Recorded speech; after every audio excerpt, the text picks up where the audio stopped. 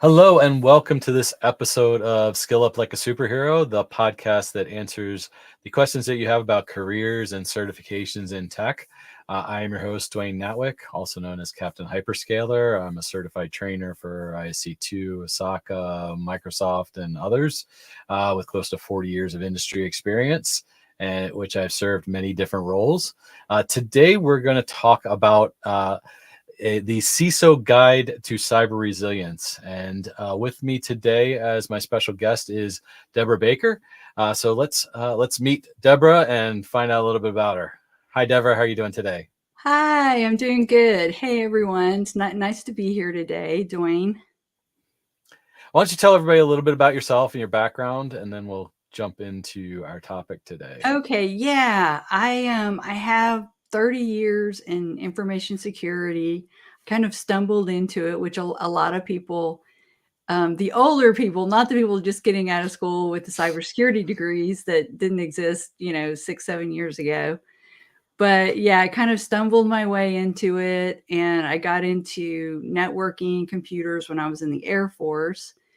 And just, I came out and was hired by IBM, and it just, my career just continued from there. It's been great. One of the things that I love about it is that it is always changing, so you're constantly having to learn new things. Definitely do not get bored. And there's so many different areas where you can focus. I'm pretty much on the compliance side, but I started out, building networks. And so and I think anybody wanting to get into cybersecurity, doing some sort of like IT work is a great foundation to really understand what you're securing. Yeah, it's interesting that you said that that you stumbled upon getting into tech and cybersecurity because a lot of people that I talk to, and this being a kind of like how do you get into tech kind of podcast in a lot of ways. I always like to hear about how somebody's made their journey into where they are because we're all we've all been professionals in some realm of IT or cybersecurity for a while, but you get different backgrounds. I'll talk to some people and they'll be like, well, yeah, when I was just a kid, I started fiddling with computers. I was never that person either. But the interesting thing is like when I was 13 years old, I was pulling coax cable for token ring networks. So I came like from built AS400 world and things like that. So those are all things that we kind of stumble into, right? I did that for my dad's company, and then went to college for business management and HR, and then came out and couldn't find work. So then I started working for him. So it's like you said, Oh, I you see. kind of Yeah. just stumble onto things, and then as we go about, and something that always comes out from everybody is and I like what you were saying about cybersecurity and the fact that it is something that's always changing. And I think that's kind of the exciting thing about it. No matter what it is, the risks are always evolving and changing.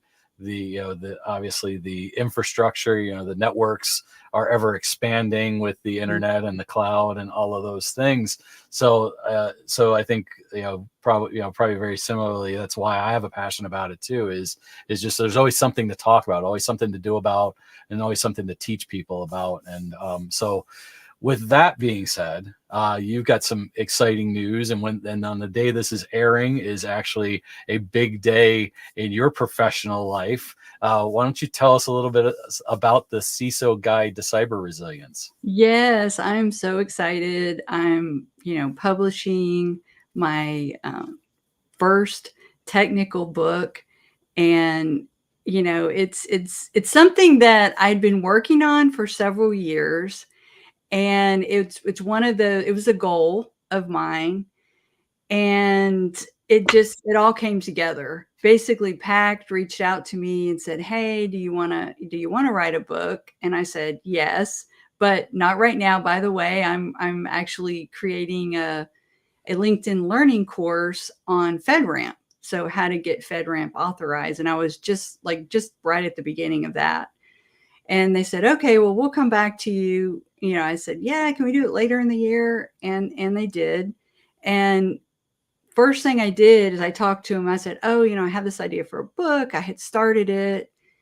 And, are you okay with this idea? Basically, I had to pitch my idea and everything. And, going over the, what my idea for the book was and everything, CISO's Guide to Cyber Resilience, they came back and they said, okay, of course they really pushed me, through the outline and everything. And, got me to think of different things than what I had originally thought of. So I know it's like a much better book, but they definitely kept me, focused and to actually get through the book and everything, which is, this is amazing.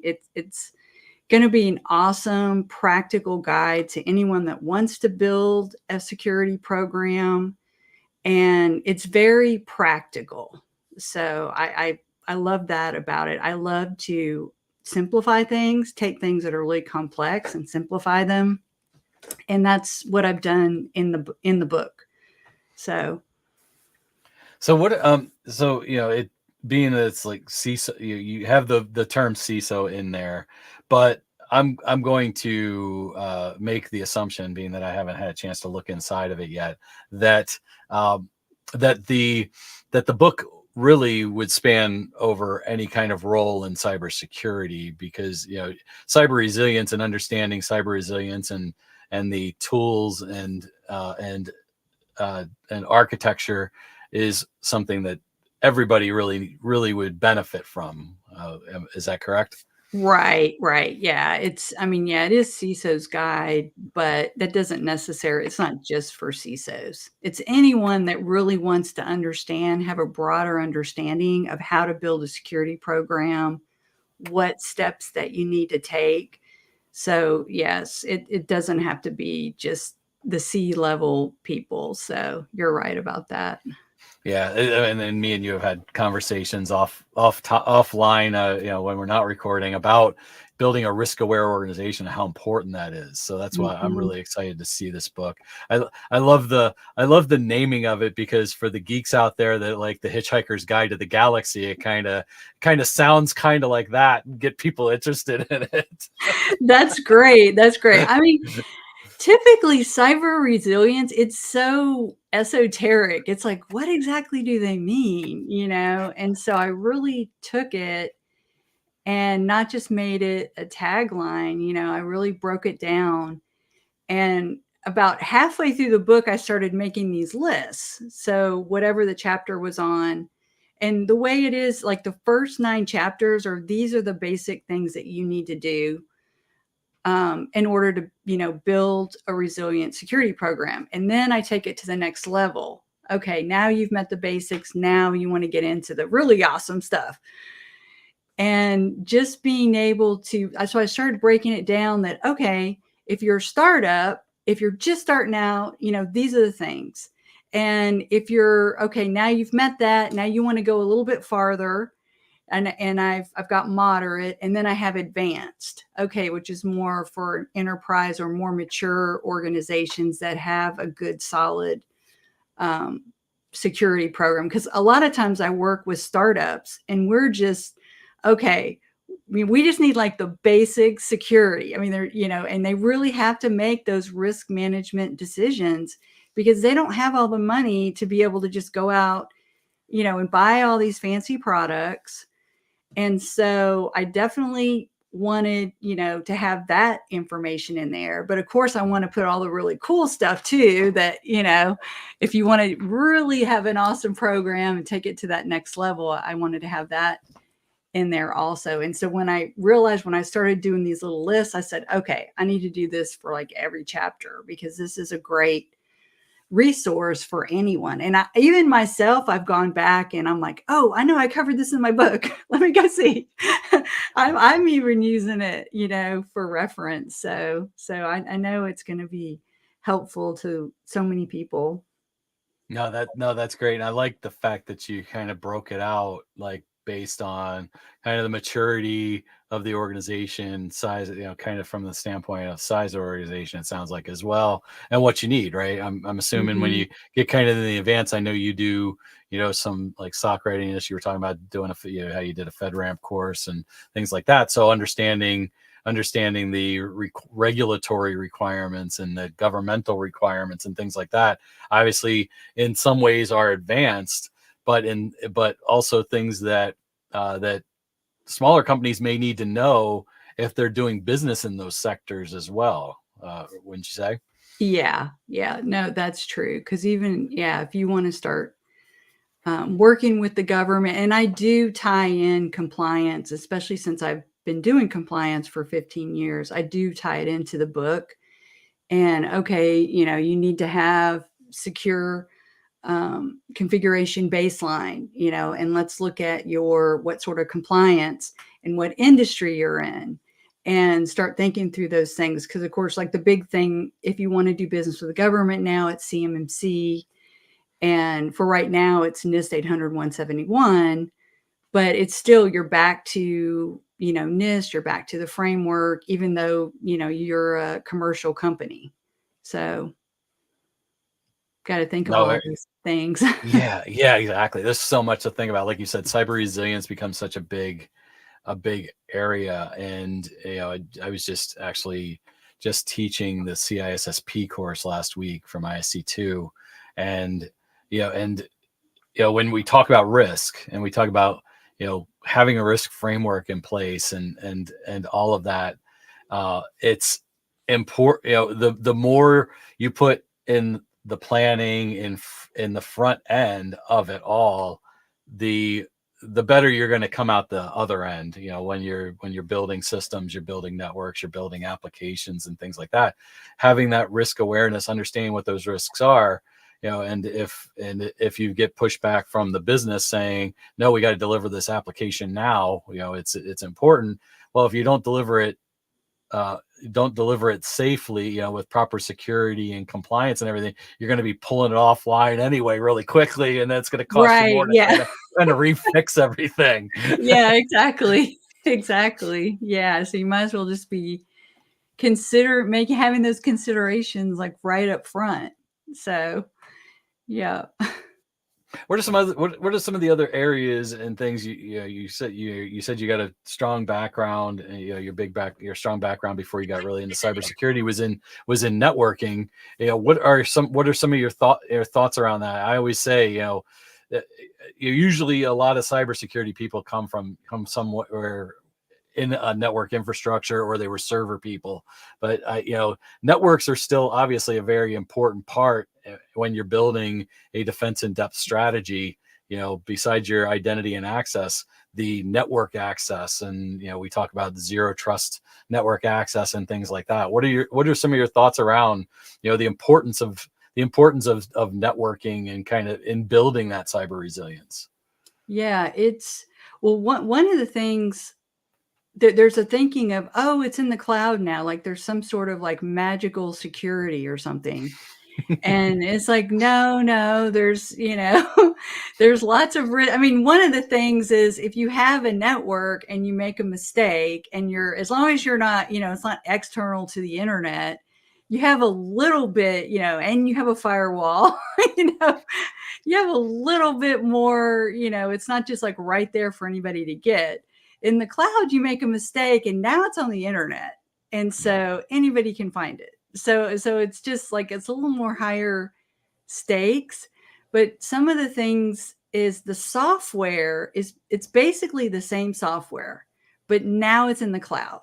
Mhm. So like ports and things like that, I mean, we virtualize the software, but if the ports are open and they're a problem when you're on your regular network, and now you put it in the cloud, that's still going to be an issue.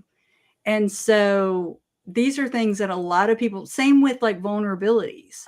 A lot of people, they're like, well, we're pen testing. And then you're like, well, are you patching? And they're like, oh, in the cloud? I mean, like magically, there's no vulnerabilities in the cloud.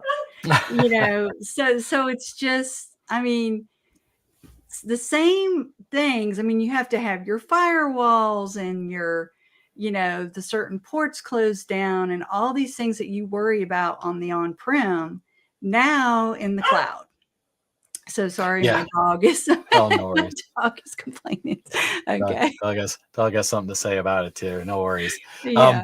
Yeah, well, that's an interesting perspective in things, because one of the interesting things, before I started my own company, I was in a large global systems integrator that had a large managed security services group, and but the reason I was in the position I was in was to teach them more about how to manage security in the cloud, because they knew the how to protect the box, how to protect the physical data center, the private data centers, but didn't quite understand what other things we had to consider. Like you said, if we leave a port open or we have a public IP address to our virtual machine, we're exposing it out to the internet. And so what is a vulnerability within our private on-prem data centers becomes a much wider potential problem and issue in the cloud. So the fact that, like, from the to hear like the different perspectives, that the business is like, I'm putting it in the cloud, it's secure, but when you talk to like the traditional cybersecurity people, they're like, I don't want to put it in the cloud, it's too insecure. Right. I mean, and that's yeah. the whole trying to get these two groups together to understand the level of risk that it's going to have on the business. Yes, you can do all sorts of things rapidly in the cloud, but you have to take proper cybersecurity into consideration throughout your process. And if you build a risk aware organization where you're doing proper phishing testing with your with your users, and proper, like you said, proper pen testing and vulnerability scanning and patching, you hopefully eliminate a good percentage. But there's also things in terms of the design and the architecture that you have to put into play as well. Right. Yeah. I met a CISO at a conference one time, and I was talking to him, and he said, "Yeah, I said something, I was asking him like what tools they had to monitor their network." And he said that they didn't have a network, that he was putting everything into Google Cloud, and he didn't have to worry about that. And it was like, and I know CISOs are at different levels. There are really technical CISOs and there are more managerial. Mm-hmm. But it was really scary because, I thought, okay, it doesn't matter what cloud you're in, there's always a shared responsibility, and you are still responsible for your own data. And that holds true. Mm-hmm. And it's it's like 99% of any sort of like breach or hack that happens in the cloud goes back to the customer. I mean, it's very rare that Google or AWS or Azure is going to say, yeah, it's our fault. It's almost always a misconfiguration or something that the customer did. And so, yeah, this is just, I mean, these are just some of the things where there's just sort of misunderstanding when it comes to the cloud and the risks that are there. Yeah. And do you, in your, back to your book, do you bring up and cover some of those topics around, around on-prem data centers versus hybrid versus cloud, cloud native Yeah. types infrastructures, to, some caveats and kind of things to take into account and make sure that you understand and plan and account for? Yeah. I probably more heavily talk about the cloud because I end up working with more customers that have cloud environments. But Mm-hmm. I do talk about regular networking, things that you have to consider, business continuity, disaster recovery, things like that. I mean, I take it through the whole gamut. I really, I start with actually the book, the first chapter is about a fictional company, Big Co. that actually has a ransomware attack. And the CISO, and her name's Megan, she leads the company through, how to recover from, how to stop it and recover. And so that's how I start the book out. And then like chapter 2, I start getting into, these are the things you need to do. Mm-hmm. And the first thing in chapter 2 I talk about is multi-factor authentication.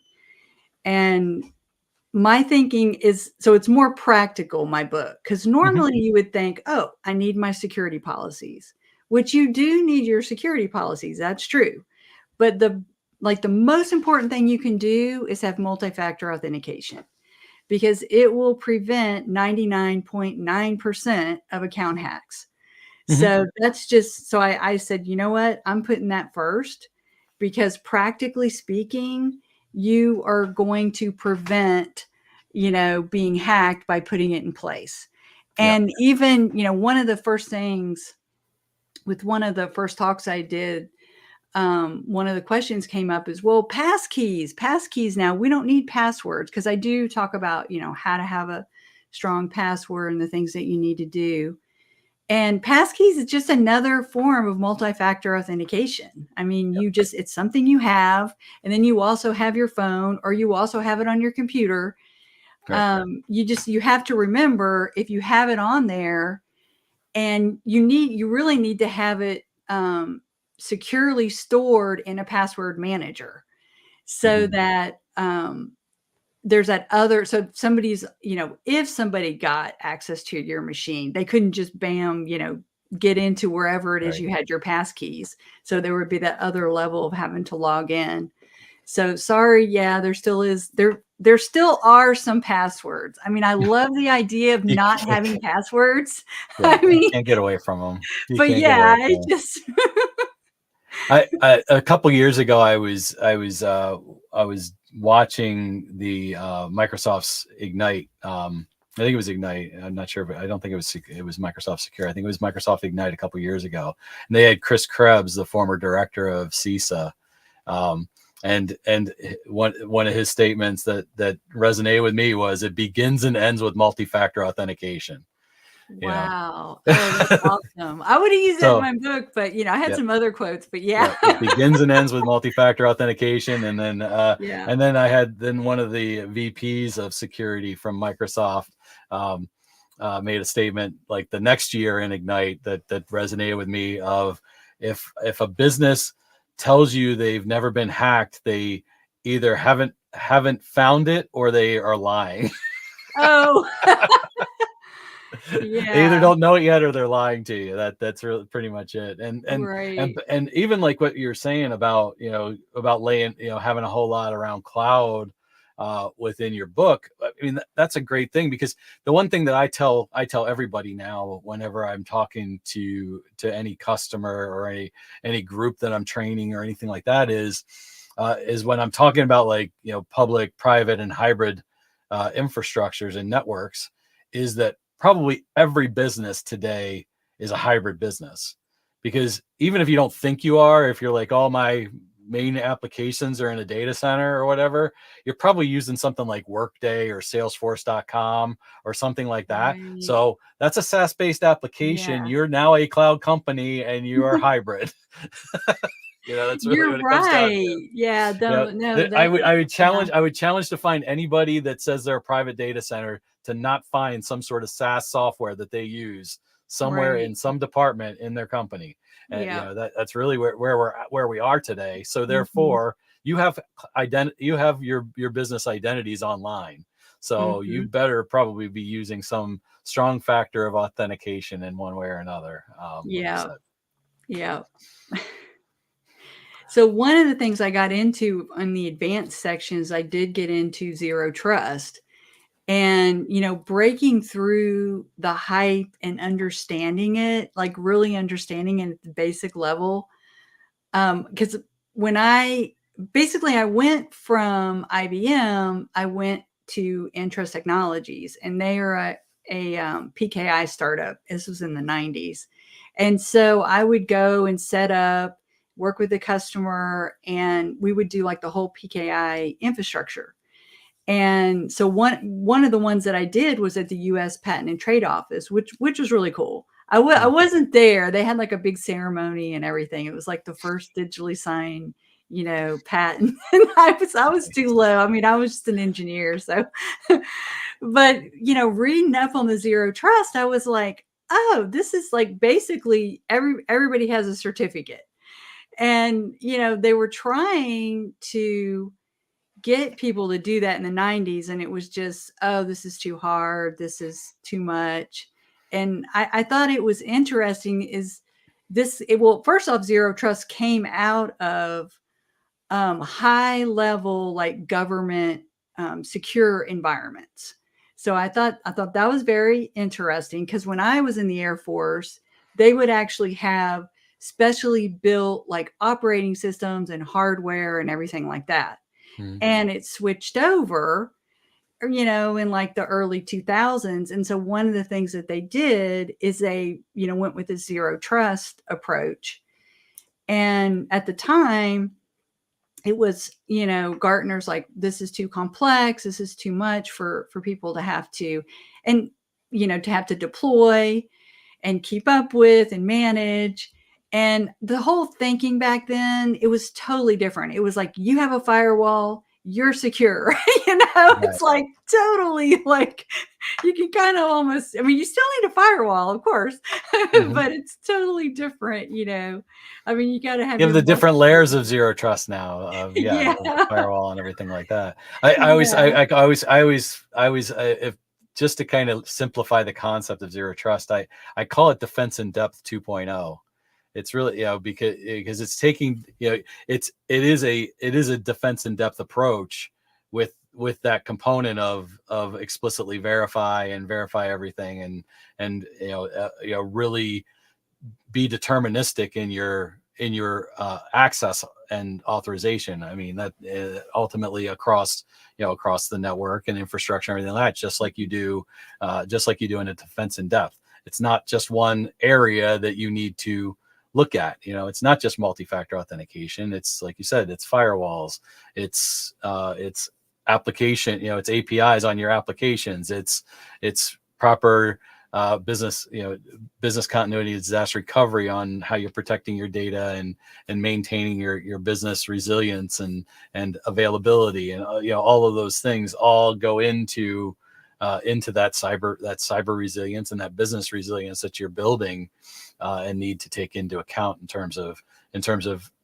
making sure you're properly risk aware in your organization. Yeah.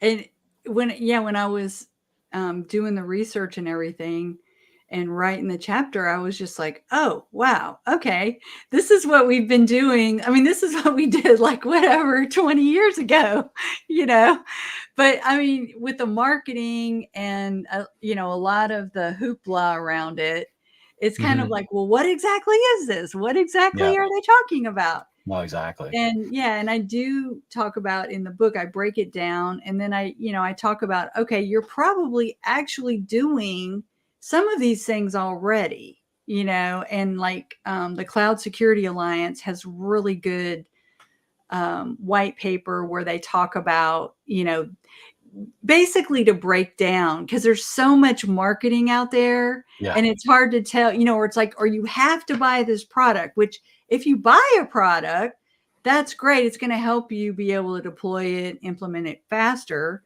I'm definitely not against it. A lot of companies, though, they can't afford to go out and buy one of these products. And so, but they do want to incorporate some of these things into their, into their networks and their cloud and everything to have that security. And so I do talk about that. And then, what resources and things like that you can go to. So. Very good. Well, I appreciate you coming on today. We don't want to talk too long about your book, because then we're going to tell everybody about everything that's in it, and we want people to go out to Amazon and buy that book when it today, when it's released on April 30th of 2024. So thank you, Debra. Any final thoughts or anything you want to share before we close out today? Just say, check out my website. I have a roadmap to cyber resilience that I created. And, it could be like in poster form, but basically it takes you through. And also, of course, you will learn more. You definitely want to, buy the book, but I would say to go and, download that, take a look and see where your organization's at on the roadmap. And I'm excited. I'm excited. Thanks for having me on. I'm excited for you, and I'll make sure that the Trusted CISO website is in the description. You can also find a link on the Captain Hyperscaler website as well, as Debra and I have kind of decided to form a partnership and work together where we can to help businesses with their cyber resilience and their training and becoming risk aware. So so I want to thank you for that. And we're going to bring this to the end of today's episode. Please subscribe to stay up to date for all upcoming Skill Up Like a Superhero episodes. And until next time, always be learning and skill up like a superhero. Thank you. Thanks.